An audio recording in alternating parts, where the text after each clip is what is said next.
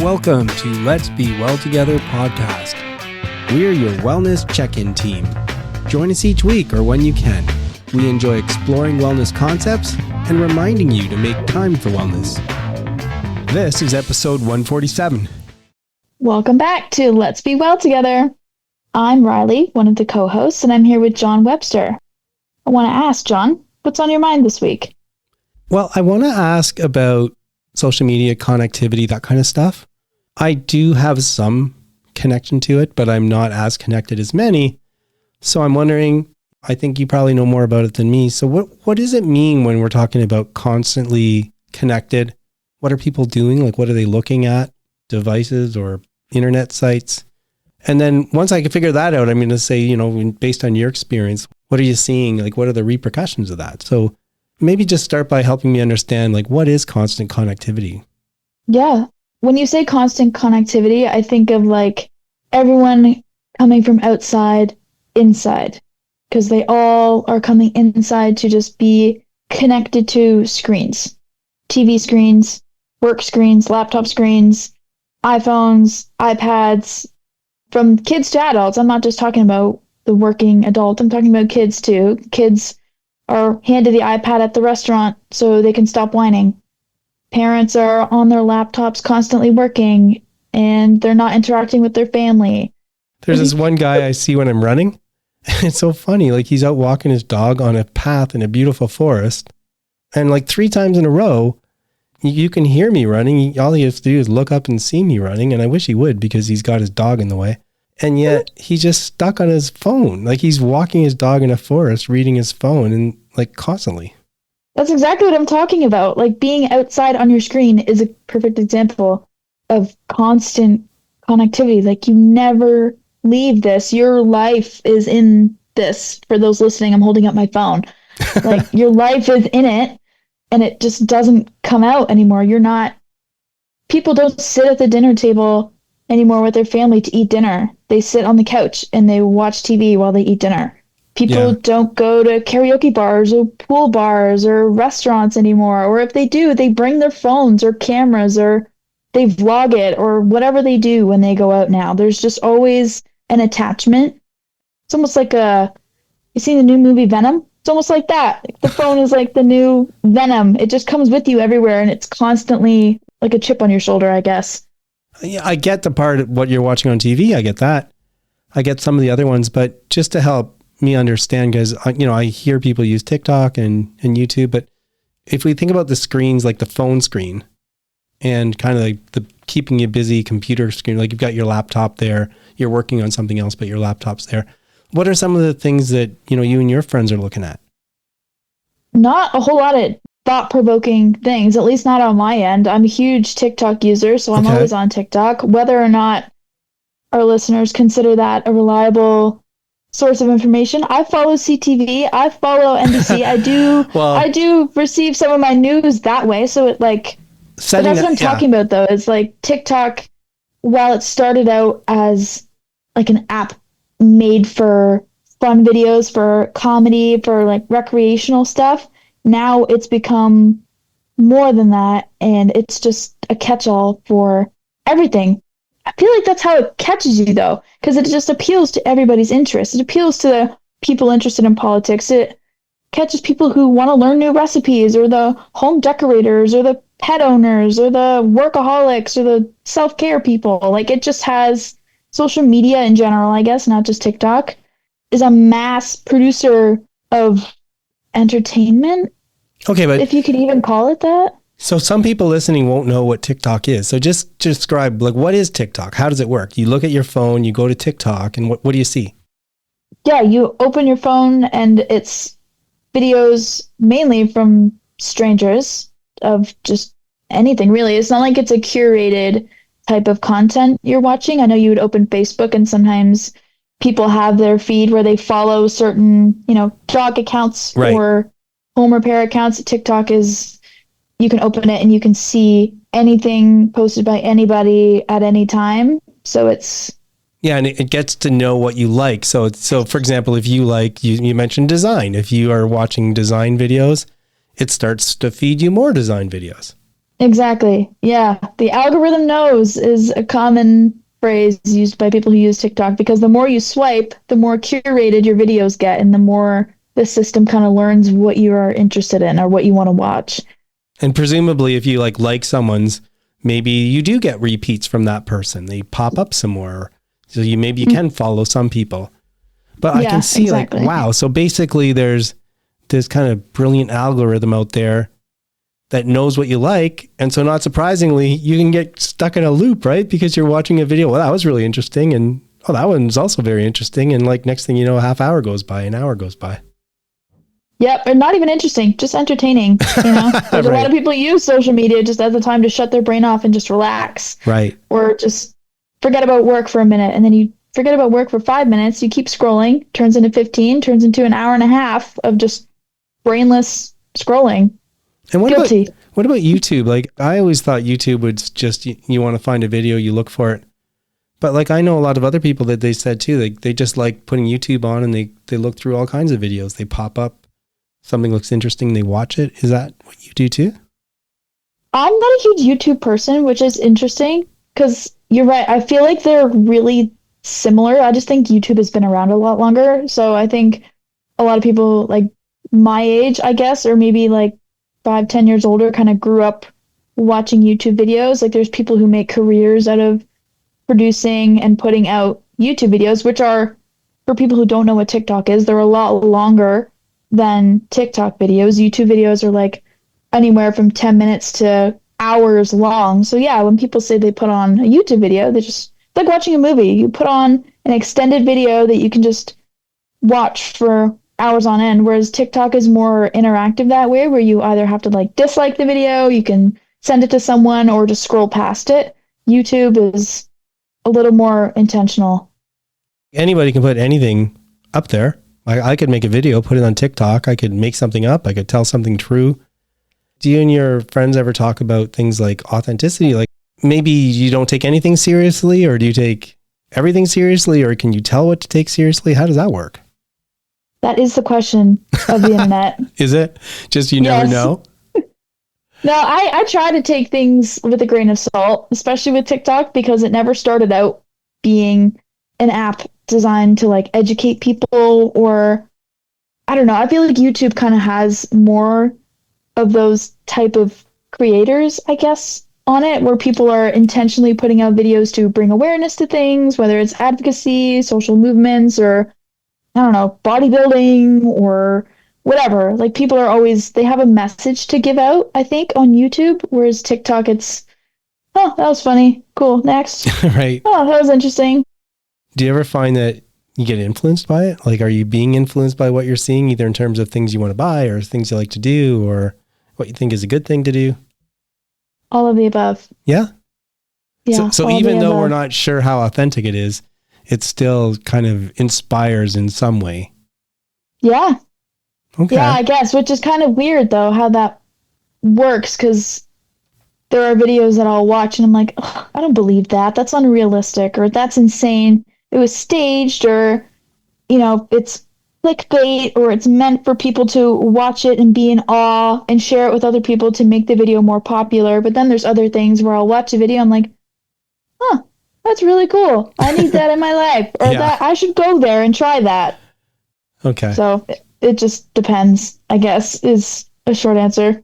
Okay. Well, today I was just trying to figure out what this is, and you're helping me understand, and I really appreciate it. Maybe another time I'll have you back and we can start talking about, what do you think the impact is on yourself? We don't obviously know what the impact is on everybody. And I'm not a scientist, so I'm not going to try and explain it, but it would be interesting to hear that if you're finding yourself swept up connectivity at times, how's that having an impact on your life? Maybe that's a conversation for another day. Oh, wait until we talk about AI. Guests are giving their time, expanding our minds. Today's interview is in the category of mental wellness. We often hear about the left brain and right brain. Today we speak with Dr. Frederic Schiffer, who's taken investigation and analysis to another level. In this first interview, Dr. Schiffer will discuss the concept of dual brain psychology and introduce how early trauma can affect us. Welcome, Dr. Schiffer. Thank you. Good to be here. Dr. Fredric Schiffer has a wealth of experience in psychiatry and is a best-selling author, psychiatrist, and part-time assistant professor at Harvard. He's on a mission to help people understand their anxiety, addiction, and trauma, and to offer them a proven method to improve their well-being. Problems arise from early traumas, and very often the trauma is not recognized.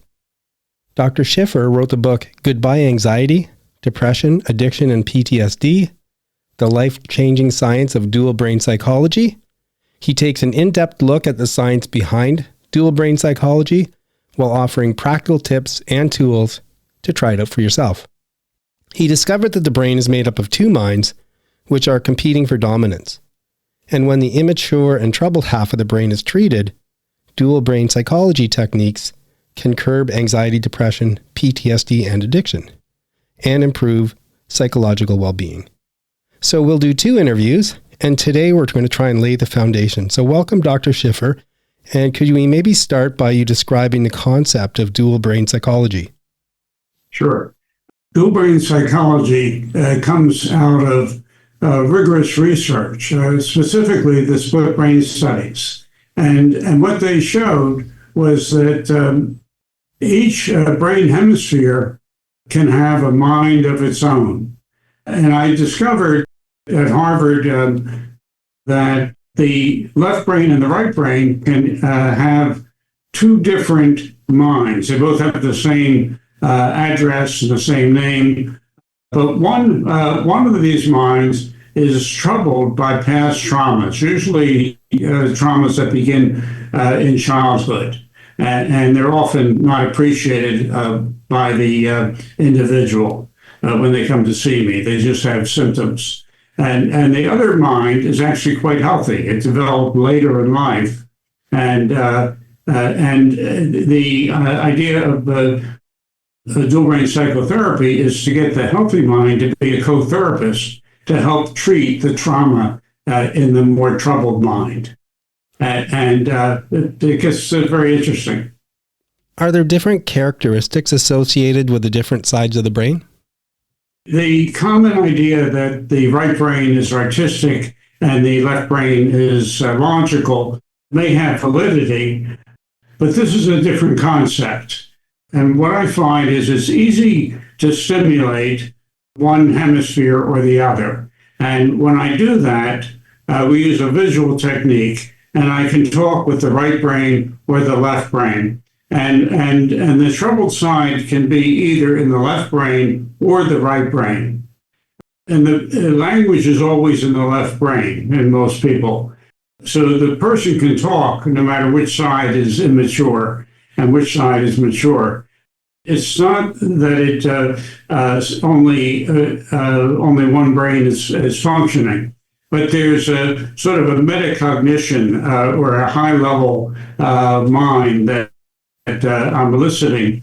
And so if I'm stimulating the troubled mind, I may look critical, like their mother was, or bullying as their traumatizer was. And out the other side, I look like an empathic therapist. And out the troubled side, they don't like themselves. And if they have a tendency to abuse substances, they'll have cravings. Out the other side, the cravings go way down, and they like themselves, and I look good. It's sort of like on one side, there's a much more positive attitude and feeling about oneself and the world, and the other side is more like a traumatized child. I can think of different permutations. So, for example, 2 questions. One is, does one side tend to be stronger than the other with many people, or does it just depend on the person? And secondly, if I do have kind of an immature part and then a stronger part, does one dominate over the other? Very good question. Trauma often stimulates the immature side. And if a person has had severe trauma, it's likely that the immature side is dominating. And the person may not even know that they have a healthy side until we're able to elicit it. And interestingly, we can elicit a mature side, and the person feels well, and they're actually doing much better. But the troubled side doesn't recede. It gets disturbed and pushes back and says, in effect, what do you want me to do? Go on disability? Well, I'm not going to do that. So if the person feels well with their healthier side, sometimes it causes a regression, and we have to work on that and negotiate with the troubled side. Okay, I'm going to come back to the two sides. Before I get back to that, tell us a little bit about trauma. So just some examples of what you mean by traumas, and then how past traumas affect our current problems.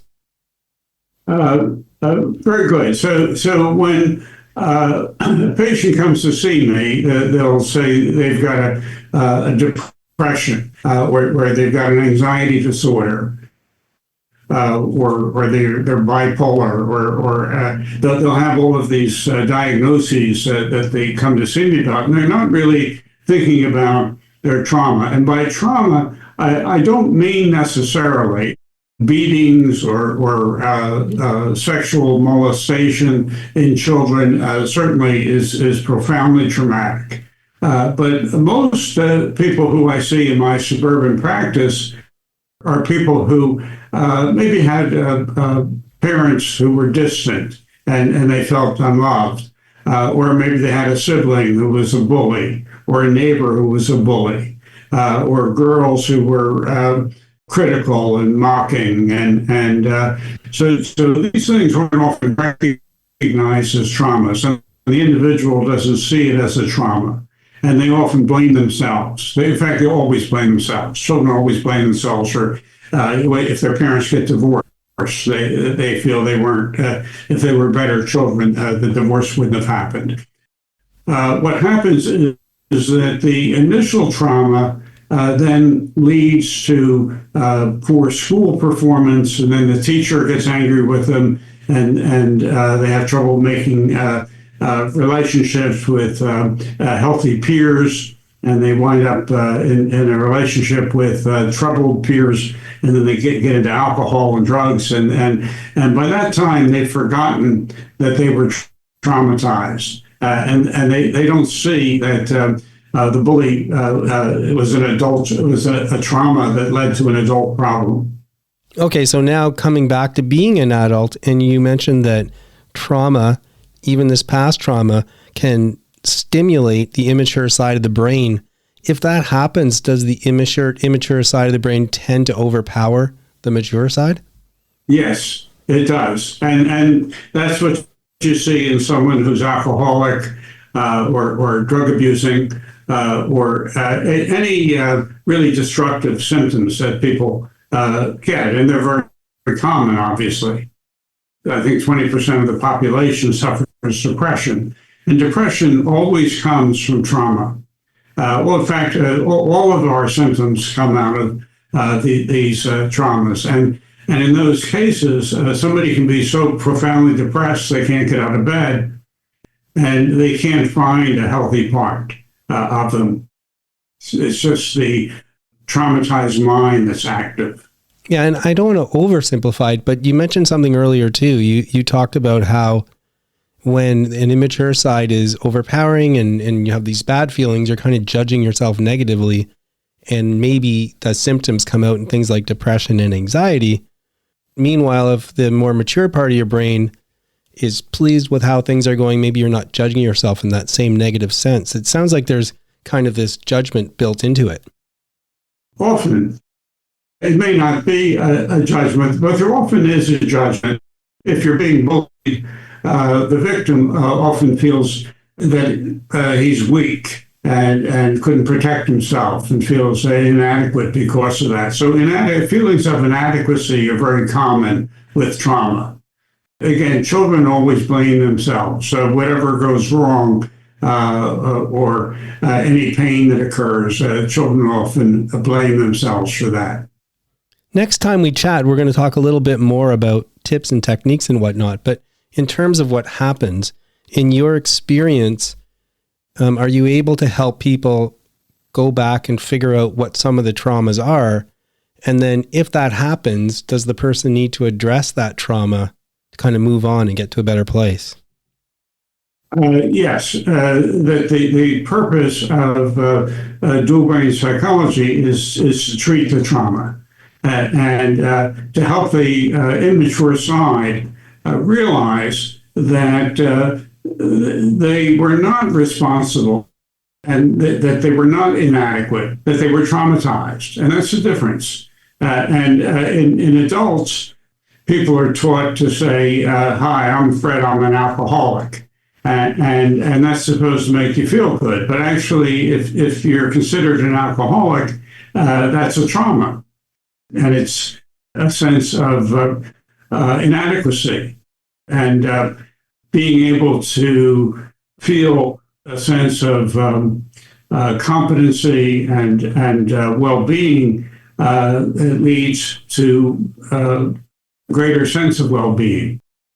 So there are different techniques for treating the troubled side, but one is to teach it that it was traumatized and that it wasn't its fault, but also to let it see a view of the world out the other side and see, let it experience the world through the mature side and the side that feels well. And that's instructive, that it's confusing, that part of them is not functioning well and is kind of incompetent, and the other side is very competent. And so what are they? And it's a very confusing image of oneself. And I have to explain that they're actually both true. There's a part of you that is not competent and not functioning well, and there's a side of you that is brilliant and very, very competent. I like the way you use the words competent and incompetent and mature and immature. It really helps. I'm sure those aren't kind of the scientific words, but they really help by analogy to understand what's happening.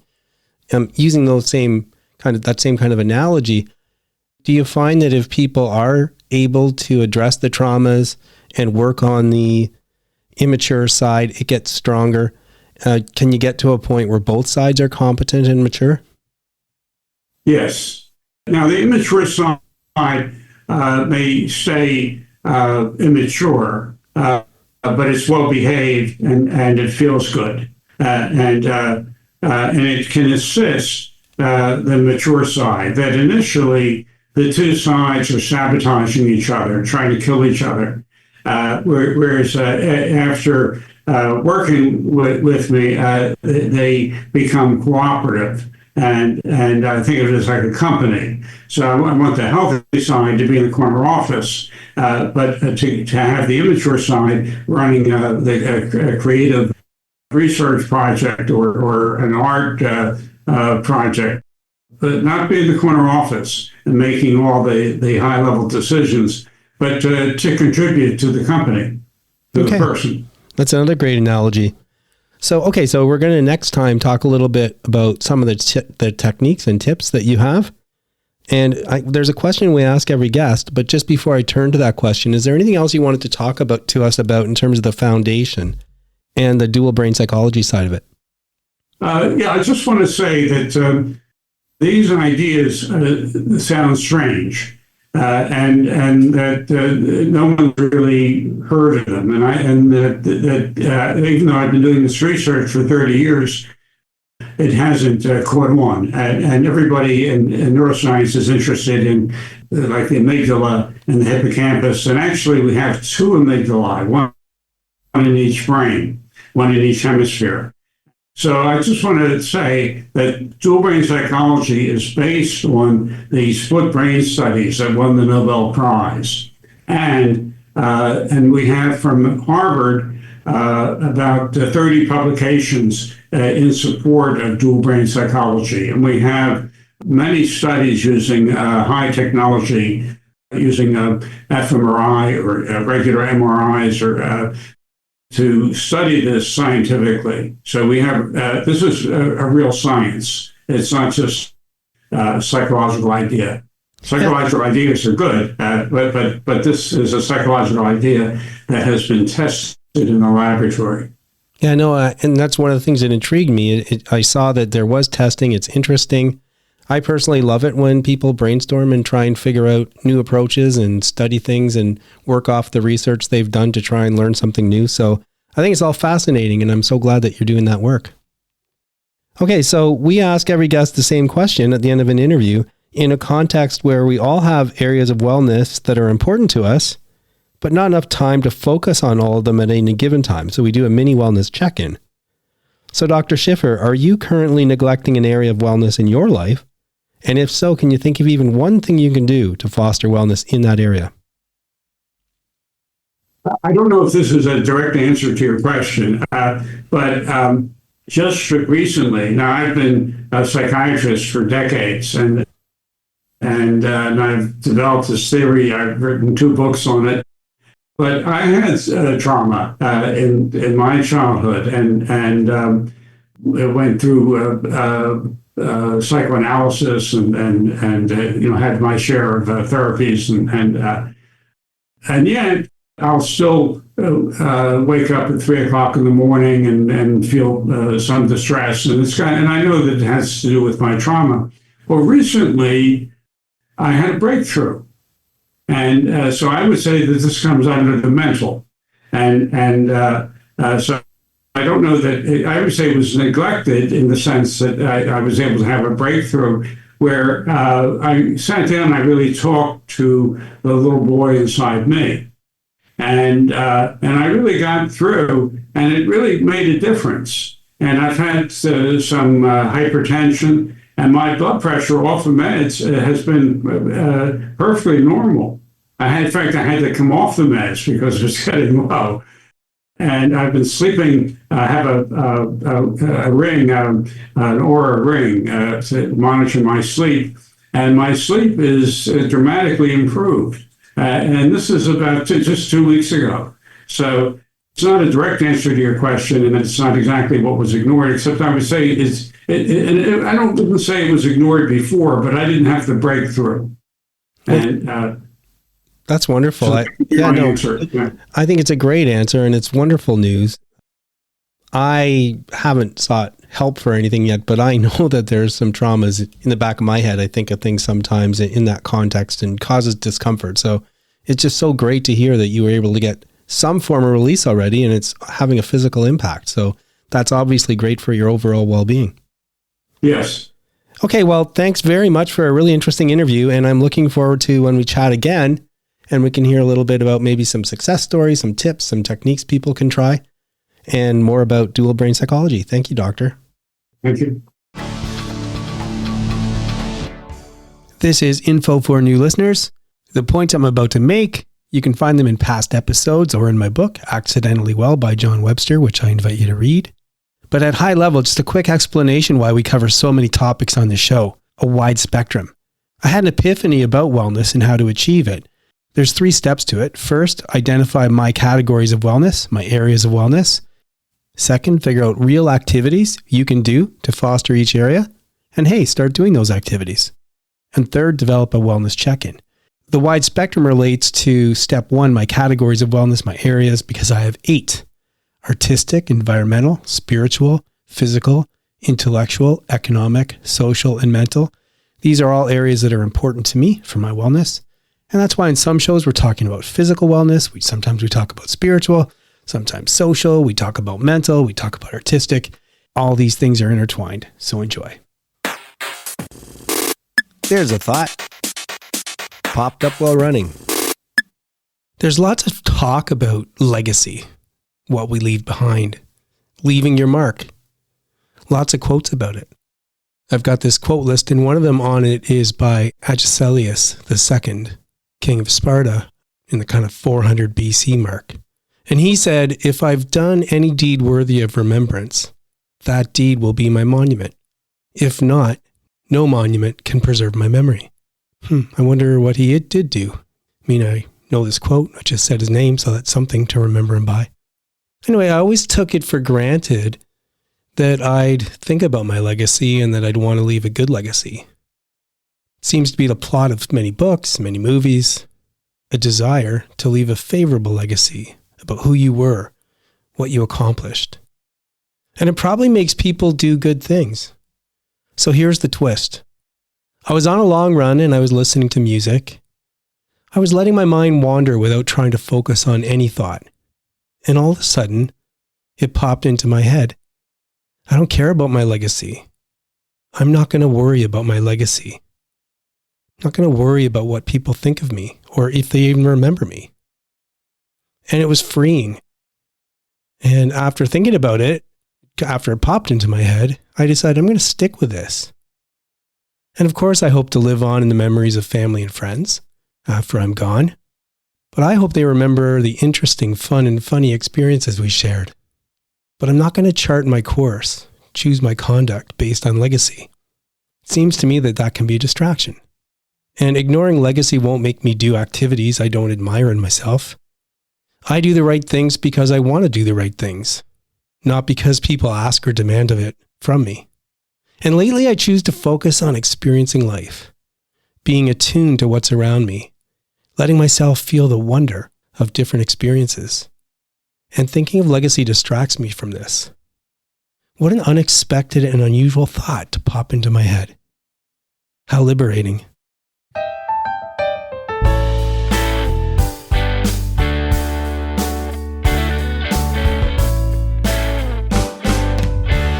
I'm Cameron, and welcome to another installment of the Adventures of the Starving Artist.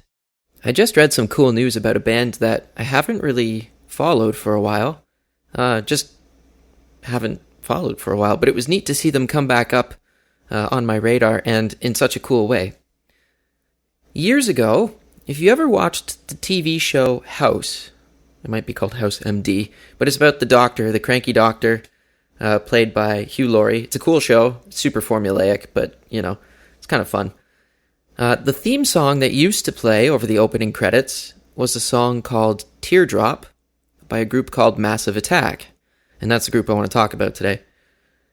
Since then, I think just the sync license ended, so it's different music over the credits now if you watch it rerun and stuff, but anyway. So Massive Attack came up on my radar. A friend of mine told me about this. Their next concert that they're going to do, or maybe not their next one, but an upcoming concert, they're trying to act swiftly and profoundly to minimize their impact on the climate. And I think this is super cool for anyone to be doing in any industry, but especially music. I think that's so cool. A big part of music at a world stage level is touring, and traveling big distance like that, setting up great big outdoor shows. I mean, think of the emissions just to get there, to get the crew there. Think of getting all the gear there and set up. Think of all the plastic cups and garbage and stuff. Like, there's a lot that, without, thinking about it, it's easy to overlook. And so these guys, they're taking a direct step towards minimizing this problem, which is so cool. So instead of using diesel to power generators and stuff, they'll be using rechargeable batteries. They plan on planting 19,000 native oak trees. Now, I doubt that's actually the two of them doing it, but, facilitating that. And the entire menu at the concert will be vegetarian, which is kind of cool. They're also encouraging their fans directly to take green transportation, so walk there, bike there, train there, and to bring reusable cups. I think that's super cool, but where it gets really interesting is that they're planning on sharing all the information that they get as they do this. Like, they're going to publish their research and their data, so things like cost savings, CO2 mitigation, just all this awesome data, so they can kind of put it as a blueprint or a roadmap for other artists to try and act similarly. It's pretty sweet, and I'll leave you with a quote that's in this little article that my buddy shared. We don't need to talk about it, we need to act on it. It inspires me to try and consider being as green as I can. Granted, I'm not traveling around the world to do this sort of thing yet. Who knows? Anyway, I hope you have a fantastic week. Think green, and thanks for tuning in. I'm Cameron. This is The Starving Artist. Until next time.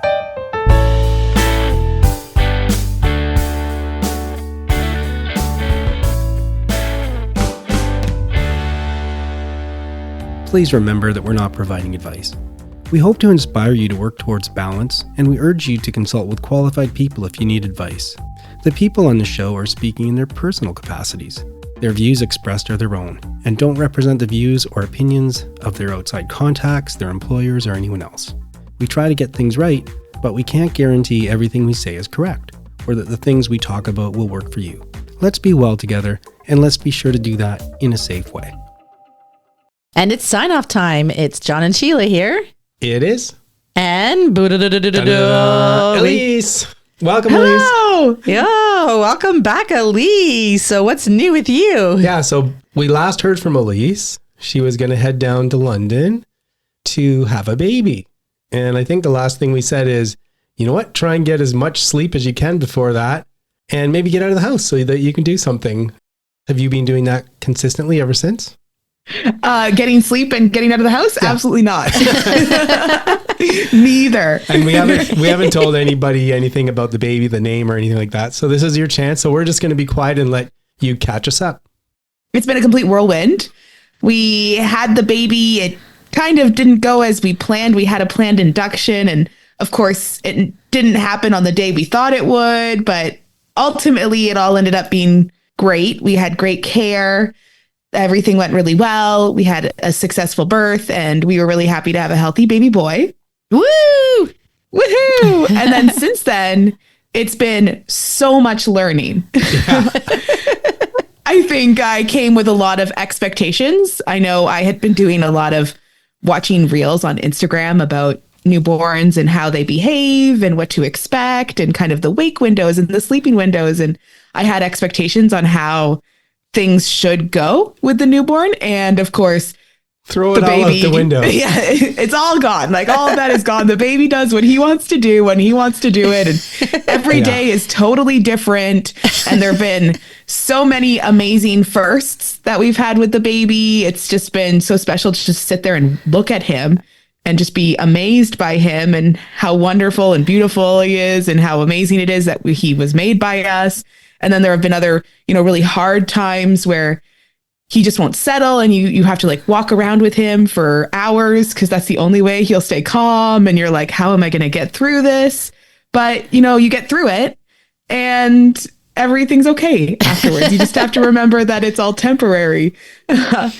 But we are getting into a much better routine. I think Stephen and I are learning a lot about our baby and his cues and what he needs. Mm-hmm. So I think that's been helping us a lot. And I think just as he gets older, he's starting to settle a little bit more. And we're really enjoying some firsts with him. I think they'll just continue as he gets older, but he's really starting to be more attentive right now. Like his eyes, would barely open the first week. And now his eyes are always open when he's awake. And he's just like taking everything in. And you can tell he's really trying to connect with us and look at us in our eyes and trying to figure out who we are. Mm-hmm. So, well, we were just talking to somebody today and saying that, it's a challenge because especially if you're the kind of person who like learns about stuff and it's like, okay, I'm ready to go. Well, each baby's different and each one has its needs. And basically what this person said today is, look, the first 6 to 8 weeks, it's just not fun. It's never fun, no matter what baby. And this is someone who's had many and others. And it's true, right? And then around that time, around 2 months, that's when they start to connect a lot more. So it's not easy. Yeah. And I think the lack of sleep really catches up with you and just the changes in your body. It just turns you into a different person, but everything is starting to feel better. And I think as we continue, things will just continue to get better. And we have had a lot of really amazing times. And I think it's really cool to see Stephen in this new role. Yeah, I love watching him. We've been over a couple times and it's been pretty cool to see him too. I agree with that. Yeah. And, it's so crazy because when you guys were pregnant, you kind of think, oh, Elise and Stephen are having a baby. And I think of it in that way. But then when you see the baby, you're like, wow, this is like his own person. Yeah, right? And totally. It's just like so incredible and mind blowing to see a new life and say, oh, I can't wait to see how this person turns out. And what is his name, Elise? His name is Michael John. Michael John. That's right. Yeah. So we're really excited to have Michael John in our lives. And I know we've been really lucky to have a lot of great support. We've had people come over with food and people come over for visits just to kind of take over for us, which has been really, really nice. So we're really appreciative of that as well. Okay, well, it's been quite a whirlwind the first couple weeks. So happy that everything went well and everything's going well. I guess over time we'll hear a little bit more about Michael as we go. For sure. Thank you all so much for listening, and we will catch up next week. See you, Michael. That is it for today's show. Please try and make wellness a priority. You deserve it. If you feel the need to talk to someone or ask for help, please do that. Accept yourself for the person you are. So long. Adieu. Auf Wiedersehen. Goodbye.